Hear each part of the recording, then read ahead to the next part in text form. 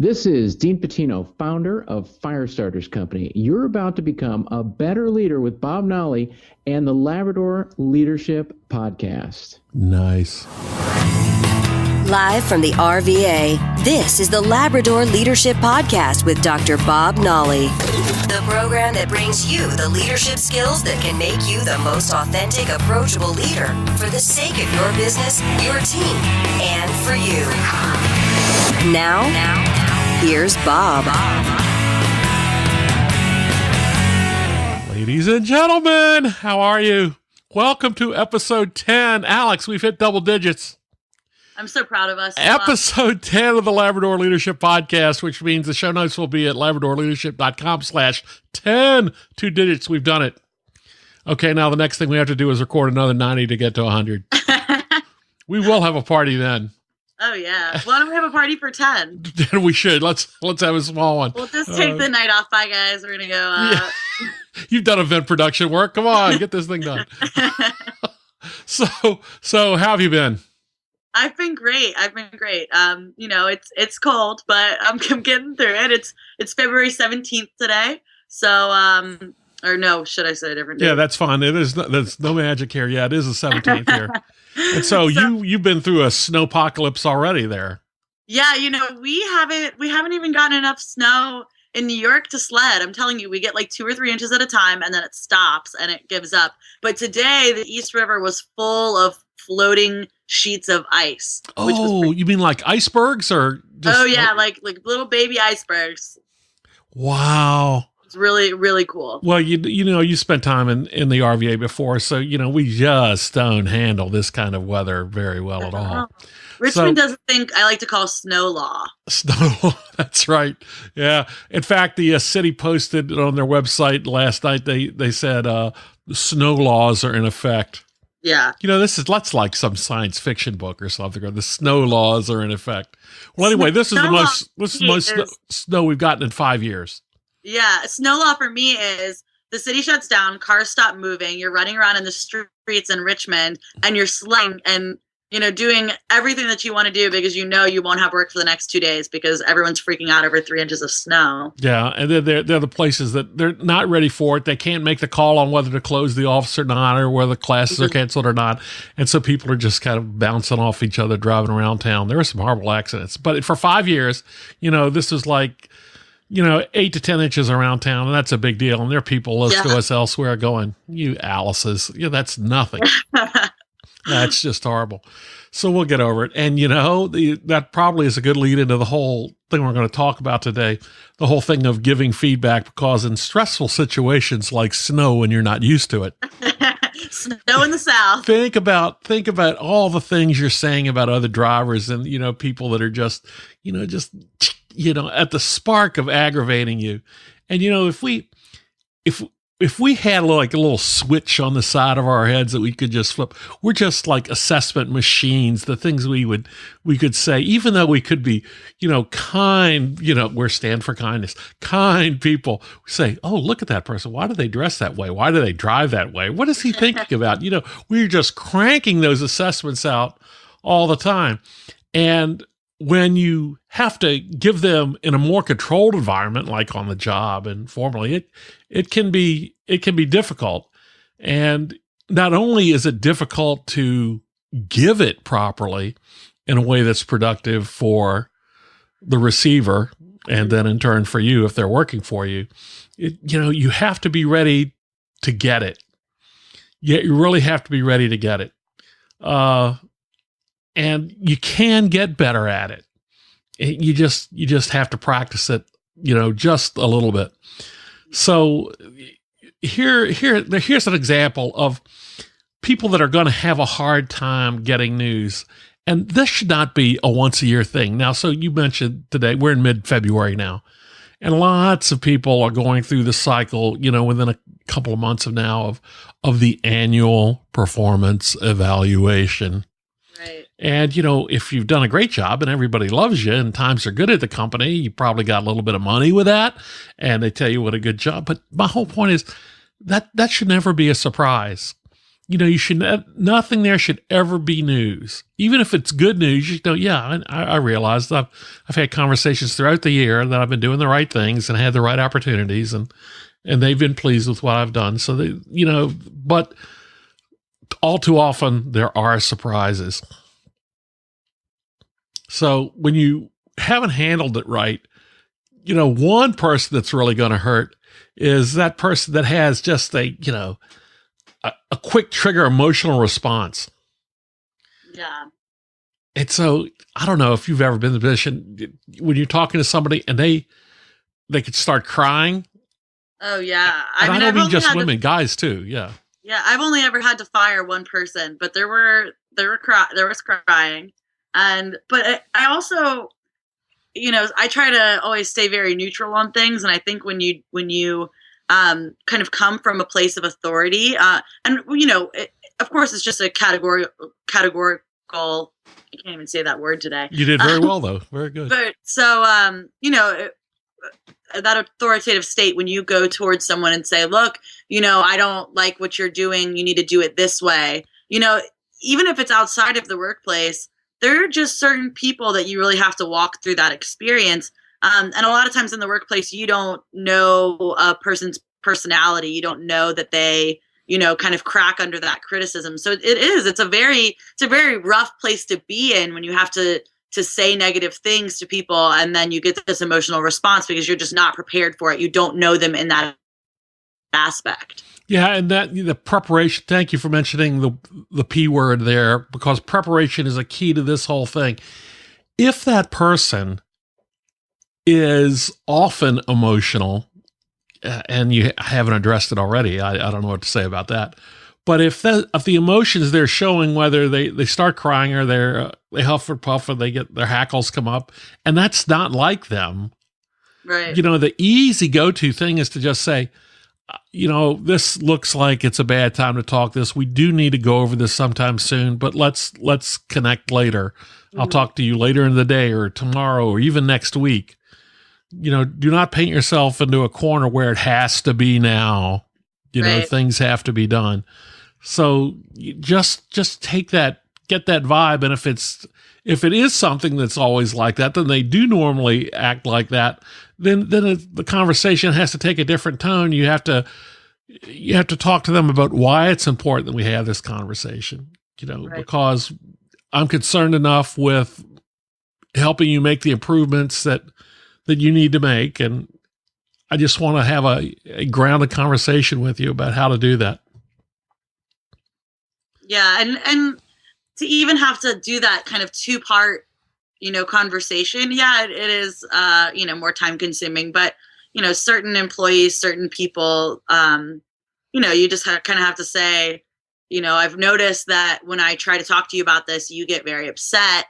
You know, I want to talk to you about this issue, and then I can talk to you about your performance, because it really does. I mean, both issues kind of have to be resolved, because you can't have an employee that you can't give guidance to in a professional, you know, manner. Yeah, absolutely. You also have the kind of person who gets really defensive, and they kind of have their hands out in front of them going, I didn't do anything wrong. Yeah. And let's frame this up.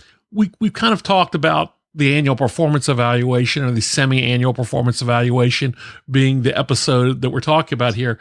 This could be any time. This could be any time when you want to give somebody feedback, and you should be, on something you've observed. And when somebody gets defensive, you know, I just think there's such power in opening with the line, hey, are you open to some feedback? I think feedback is the better. Yeah, I like that word better than criticism or review or anything like that. You know, I do think that feedback is probably the nicest way to say it.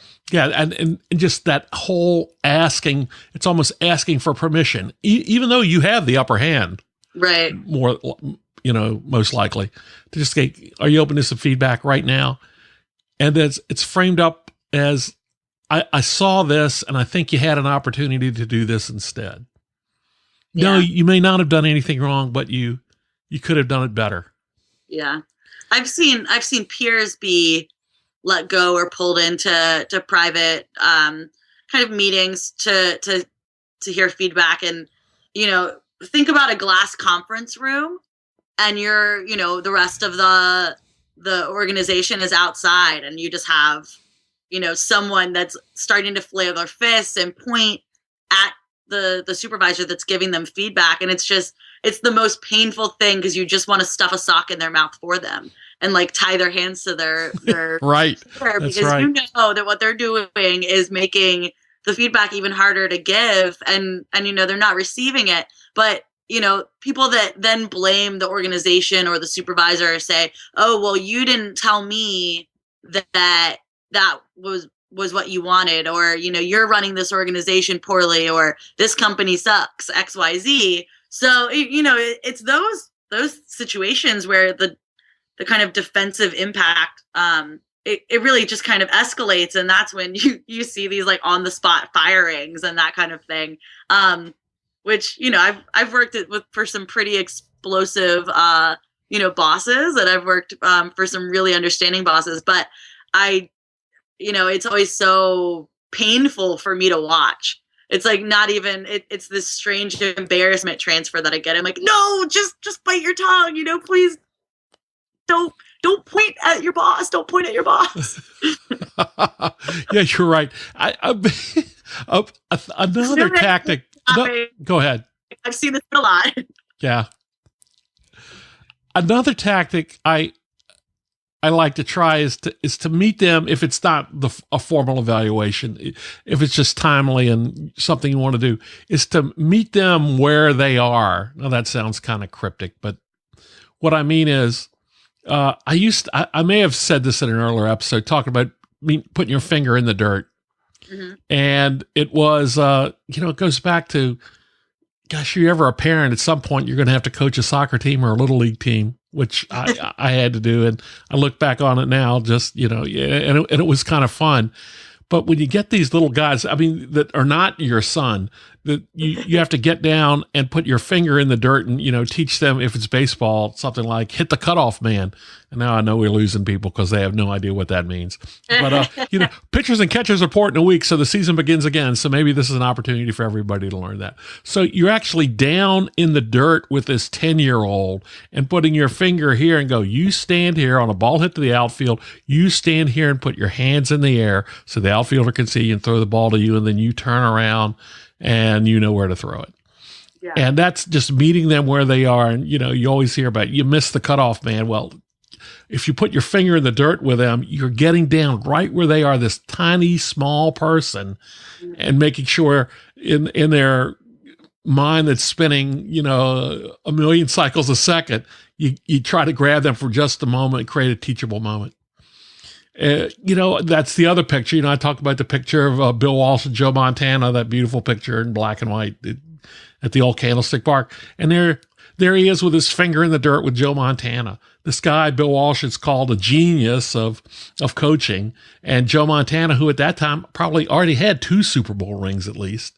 Mm-hmm. And there he is, you know, off to the side of all the hustle and bustle on the sideline with his finger in the dirt, telling him what he wants out of him. And the one thing you take away when you look at through this lens of that picture is Joe Montana, arguably the greatest quarterback ever, is open to the feedback. Right. So one thing is being open to the feedback. Now, we talked about giving it here. Let's spin this around a minute and talk about receiving it. Your body responds to it. Your body really responds to it. And you can get better at it.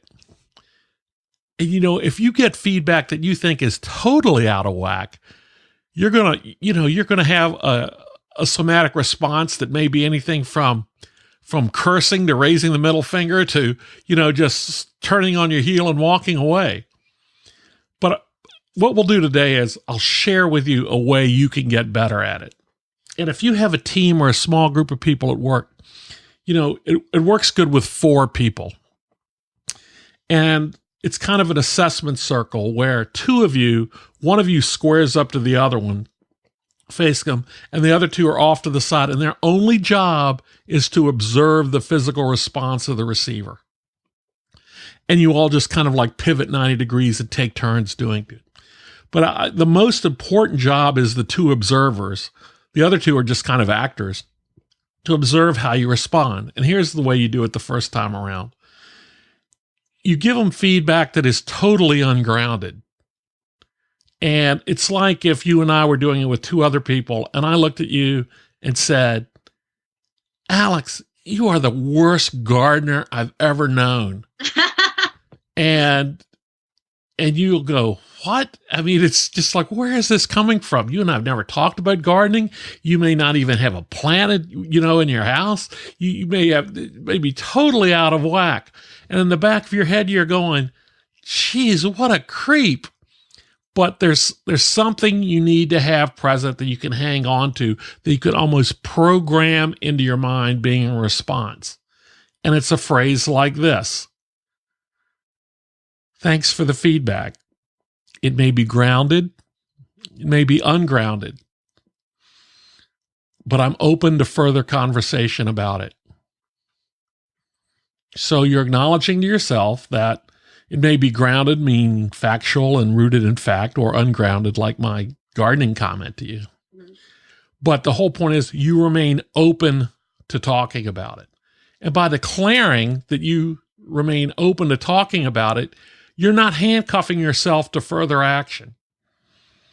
Because as a leader or an employee, if you handcuffed yourself, your options for growth, for moving forward, for rectifying the situation, you've taken a bunch of them off the table. But if you have a phrase just like that, and what you do when you practice this, you have it on an index card. Everybody has one. And after I say, Alex, you are the worst gardener I've ever met, you just look down the card and you read that. And then that's just for the purpose of getting it in your head. Sound crazy? Yeah, okay, it does sound crazy. No, you don't ever sound crazy. No, just wait, it's going to get worse. And then you practice this a couple of times. Then maybe another day, maybe not the same session, you all four get together again and practice for the sake of making yourselves better at this. And then the feedback is real. Alex, you're just too young to move much past the level that you're at now in the department. Oh, wow. And now people see you there. The people that are observing you see you kind of rock back on your heels just a hair. I mean, not like the wind's blowing, but just rocked back because you've been struck by it, because that's grounded criticism. Right. Here's me, somebody that's older than you, that, you worked for me perhaps in that job. And I'm telling you, you're never going to get any further because you're just too young to have gotten where you are now. And then everything you've worked so hard for is questioned. In just a stroke of that comment, everything you've worked for is just in your head going, it's just not true. But if you can respond saying, thank you for the assessment, maybe grounded, maybe ungrounded. Either way, I'm open to talking to you more about it. And then you practice again. And at the end, you just don't say anything except thank you. But in your head, you've run through that whole thing. Oh, in my head, right. All I'm doing is talking about how much I've done at this age, and that it's, it's like in your head, you want to immediately spit back and say, but I've done X, Y, and Z for you. My age, shouldn't even factor in. I'm clearly, this isn't any way a true story, but I've kind of held my own with all of my professional peers that are older than me, and those are the things that you want to say. Those are the things that are going through your head, and your face is getting hot and all that. And I have learned over and over and over that every time I try to talk my way out of something with a boss, I just end up digging myself deeper. So yeah, I think it's a good exercise to practice, especially, for, like you said, younger people, because I think we're the ones that get a little bit, we're not all emotional, but sometimes. See, look at this. Look what I've done for 300 or 400 miles away from you. I got this done over the phone with you. I got you rocking backwards over the phone. I know. I'm like, I am too young. Not too young, America. I'm not too young. But if the better prepared you are to handle feedback like that, my argument is the further forward you'll go. Absolutely. So you say to me, well, thanks for that. I'd really like to talk to you more about it. And you're not angry. The finger is not going up. You're not turning on your heel. You're not running sobbing into the restroom. None of those things are happening. Right. Because you're leading from strength. And then, but just for the two observers, for you being an observer to see somebody else rock backwards or lean forward or even see the hair on their forearms come up. Yeah. The finger point, my favorite. I think the finger point's my favorite. Yeah, the finger pointing is good. And that, this whole thing of circles and pivoting and taking turns to do that, you really, it of course works with people that, you may be on the same team with because you're doing this for the sake of making each of you better. Right. It can be with, people that you don't work as closely with, but it is a very powerful exercise because as you know, you have that switch on the side of their heads and we will just spit just about anything out. Mm-hmm. And just how to handle that when you hear it. Here during the snowpocalypse here in town, people rude at the gas pumps, rude at the grocery store. You just go, instead of picking a fight, you just, wow, I feel sorry for them. Yeah. That's the way you have to look at it. So in addition to that, when somebody is dishing you some grounded feedback, mm-hmm. like you're too young to do this. I can't believe it. Okay. Is the worst thing, you have managers and supervisors that are just not even giving you the full attention. Right. I mean, that's the whole thing. When people go, I'm multitasking, I go, I'm not a huge fan of multitasking. And I've gotten in some discussions recently about the whole thing, multitasking. People say proudly, I'm multiprocessing. You know where that word came from? That came from desktop PCs because the little chips in there could multiprocess. Mm-hmm. They don't really multiprocess them. They can only do four things really, is add, subtract, multiply, and divide. That's all they can do, but they're really good at it. They can do it really fast. Mm-hmm. And they can swap things they're doing back and forth, whether it's, doing video stuff or writing to the disk or doing add, subtract, and they can swap and multiprocess, but they're doing swap. Humans can't do that very well. So we speak so proudly that we're multiprocessing. We're just not doing it. We're doing things halfway. Right. So in the most important relationships of your life, some of which certainly are the people that you work with, not giving someone your full attention is just something you need to think about. I was almost going to say that's kind of criminal. And that's kind of the way I feel like. Remember the whole comment I made a couple of shows ago about walk with me.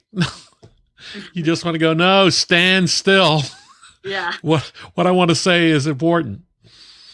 And when somebody is trying to talk to you, when they try to hustle it along and try to make a guess about what you're trying to say, and they start talking. Yeah, I know what you mean. I know what you mean. Yeah. And they start, well, you don't know what I meant yet because you didn't let me get it out. You weren't patient enough to listen to me. And we talk about the whole communication thing, and listening skills are just, when we get to talk about emotional intelligence, super critical that your listening skills. And, you never need the listening skills, of course, if you're not available all the time. You have to be available. Right. And I mean, and I think that even, going back to being defensive or shutting down are ways that you're not making yourself available for feedback. I mean, not showing up is one thing, but to be emotionally unavailable to feedback is so important to realize, Yeah, you need to be, what's the phrase I like to use? In those important conversations, you need to be present, open, and connected. Absolutely. Even though in this age we are so easily distracted, you have to be making an effort to be present and open and connected. It's true. I mean, I have my computer open right now, and if I don't keep looking at your Skype icon, I'll start reading what's pulled up on my computer right now. All right, I'll change my picture. I'll send you a new picture every week. So more realistic conversations. It's going to turn into the Where's Waldo of Bob Nolly. Well, worse things have happened. Worse things have happened. So, that's the tip of the iceberg there on giving feedback. And when I mentioned we were going to do this, there's much more to it than people think feedback means as I said, the annual performance review. It's not. It's every day. Mm-hmm. It's every day.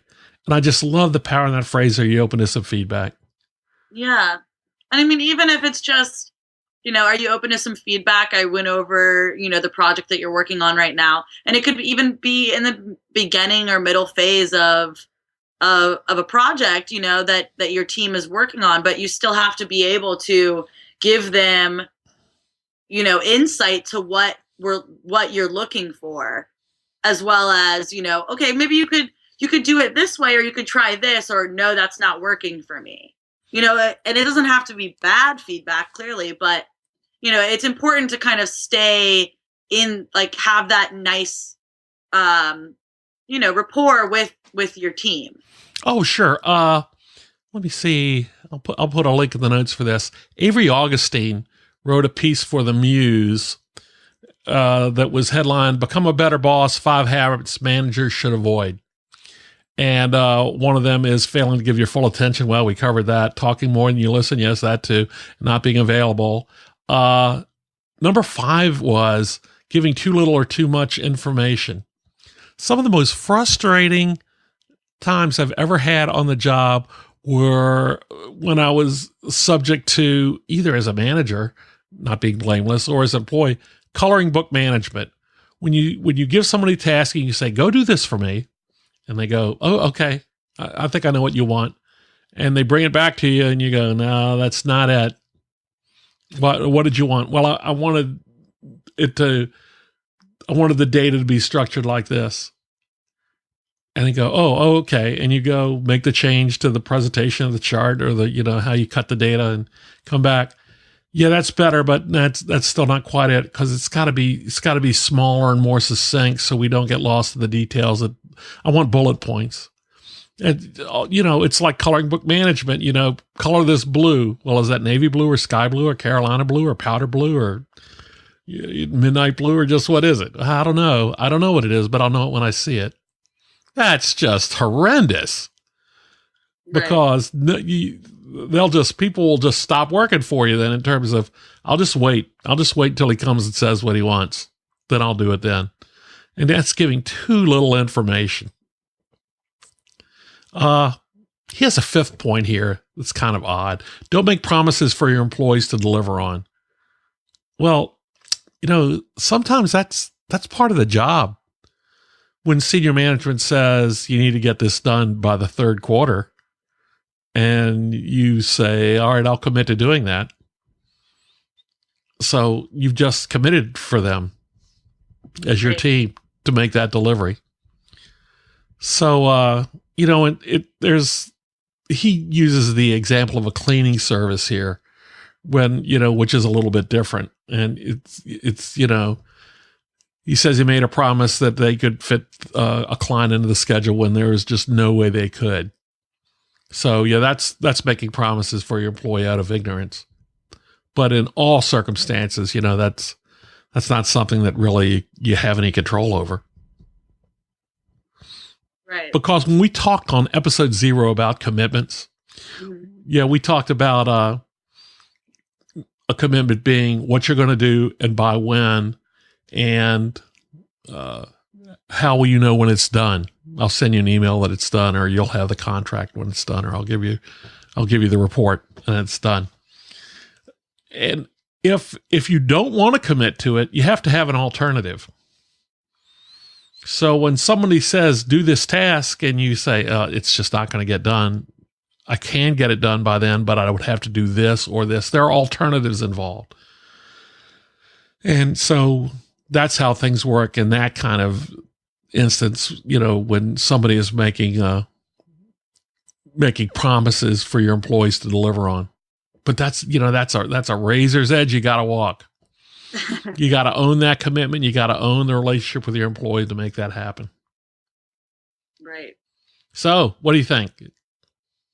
Well, I personally never want to point my finger at someone giving me feedback again, but that's something I should probably hold back on anyways. Yeah. I don't do that. I don't actually do that. Yeah, that will. When we go through the ER stuff, the EI stuff, that'll be good. We'll stop the finger from coming up for sure. All right. That about wraps it up, folks. You've been listening to episode 10 of the Labrador Leadership Podcast, all about giving and receiving feedback.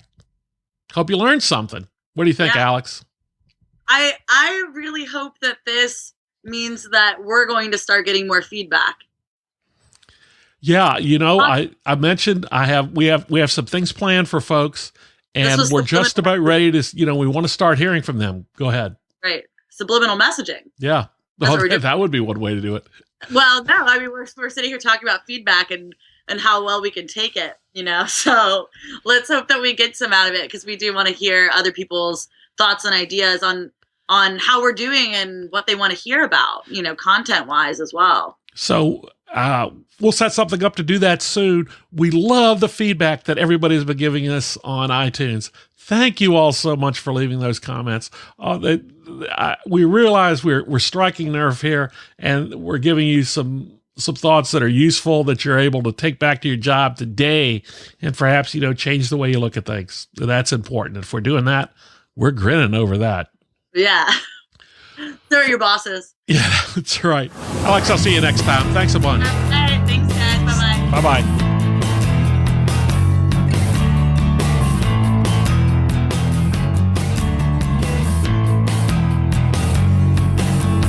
Thanks for listening to the Labrador Leadership Podcast. For the sake of all the special people in your life that deserve you to be the best leader you can be.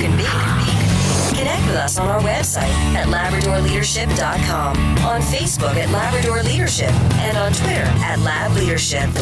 Now, here's a final thought from Bob. Next time on the Labrador Leadership Podcast, the better half of the relaunch team.